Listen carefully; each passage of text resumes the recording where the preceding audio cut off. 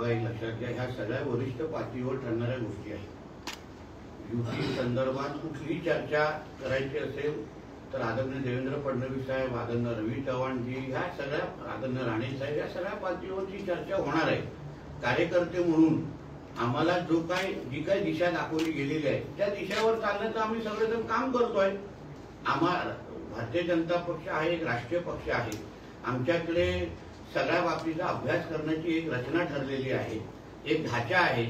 तर त्याप्रमाणे आम्हाला आमच्या वरिष्ठांकडून जो काय आदेश मिळालेला आहे त्याप्रमाणे आम्ही खरं म्हटलं तर काम करतोय. माझी अपेक्षा अशी होती की श्रद्धाताईंनी जेव्हा आग्रह धरला किंवा त्यांनी मनात आणलं की मी निवडणूक लढावी, राजघराण्यांनी एकत्र येऊन जेव्हा जाहीर केलं की आमची इच्छा आहे की आम्ही ही निवडणूक लढावी, तेव्हा बाकींचं तर माहित नाही, मला थोडी दीपक केसरकर साहेबांकडून वेगळी अपेक्षा होती. त्यांचे राजघराण्याबरोबर अतिशय जुने संबंध आहेत, जुनं घट्ट नातं आहे. जेव्हा आणि ह्या राजघराण्यांनी आपल्या सावंतवाडीकरांना भरपूर दिलेला आहे, वारंवार आशीर्वाद पण दीपक केसरकर साहेबांना वारंवार दिलेला आहे. तर मला वाटतं की ही निवडणूक राजकारणाच्या पलीकडे पाहिली पाहिजे. आपल्याला कुठे ना कुठेतरी परतफेड करण्याची संधी भेटते आहे.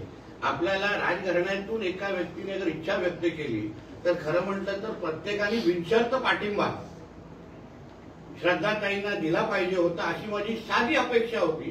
पण ठीक आहे, शेवटी राजकारण आणि ही निवडणुका हा वेगळा विषय असल्यामुळे मी अजून का त्याच्यामध्ये बोलू शकत नाही. मी आता म्हटलं की केसरकरांना राजकारणाने चांगली साथ दिली यापूर्वी, तर केसरकरांनी आता तुम्ही 21 तारीखपर्यंत त्यांना असं सांगता का की नाही बिनशर्त तुम्ही झाला तर बरं होईल? आता तुम्ही हा इंटरव्ह्यू घेतल्यानंतर कदाचित संदेश त्यांच्यापर्यंत पोहोचला, कारण का शेवटी राजघराण्याबरोबर त्यांचा असलेला संबंध, राजघराण्यांनी त्यांच्या पूर्ण विकासाच्या ह्या प्रवासामध्ये ते मंत्री राहिलेले आहेत, आमदार राहिलेले आहेत, सगळ्या बाबतीमध्ये ह्या घराण्यांनी त्यांच्याबरोबर उभे राहिलेले आहेत. कधीही कुठली अपेक्षा ठेवली नाही, राजकीय अपेक्षा बिलकुल ठेवली नाही. समजलं ना? तर माझं म्हणणं आहे की आज जेव्हा ह्या घराण्यातून एक इच्छा व्यक्त केली असेल तर खरं म्हटलं तर बिनशर्त पाठिंबा दिला पाहिजे होता. किमान केसरकर साहेबांनी तरी ह्याचा विचार करायला पाहिजे होता. बाकी सगळे ठीक आहे, राजकीय विरोधक आहेत, ते सगळे विषय वेगळे आहेत, पण सावंतवाडीचा अस्मिता म्हणजे हे राजघराणं आहे. आज आरोग्यापासून, पाण्यापासून, इतिहासाचा पूर्ण अभ्यास अगर तुम्ही केला, या शहरामध्ये या सगळ्या व्यवस्था कोणी लावल्या? या राजघराण्याच्याच माध्यमातून उपलब्ध झालेल्या आहेत.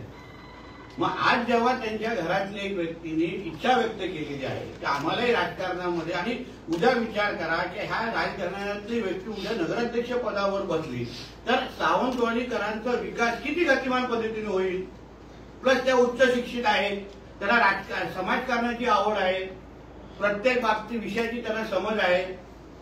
तर ह्या सगळ्याचा विचार करून जे सावंतवाडीवर प्रामाणिक पद्धतीने प्रेम करत असतील, निस्वार्थ प्रेम करत असतील, त्यांनी खरं म्हटलं तर बिनशर्त पाठिंबा स्वतःहून दिला पाहिजे होतं. मी सगळ्या राजकीय पक्षांना आवाहन करेन, की तुम्ही बिनशर्त पाठिंबा द्या. कारण की ह्या घराण्याने आम्हाला जेवढं काही दिलं त्याला परतफेड करण्याची संधी अगर आम्हाला या निमित्ताने भेटत असेल तर अजून 2 दिवस आहेत.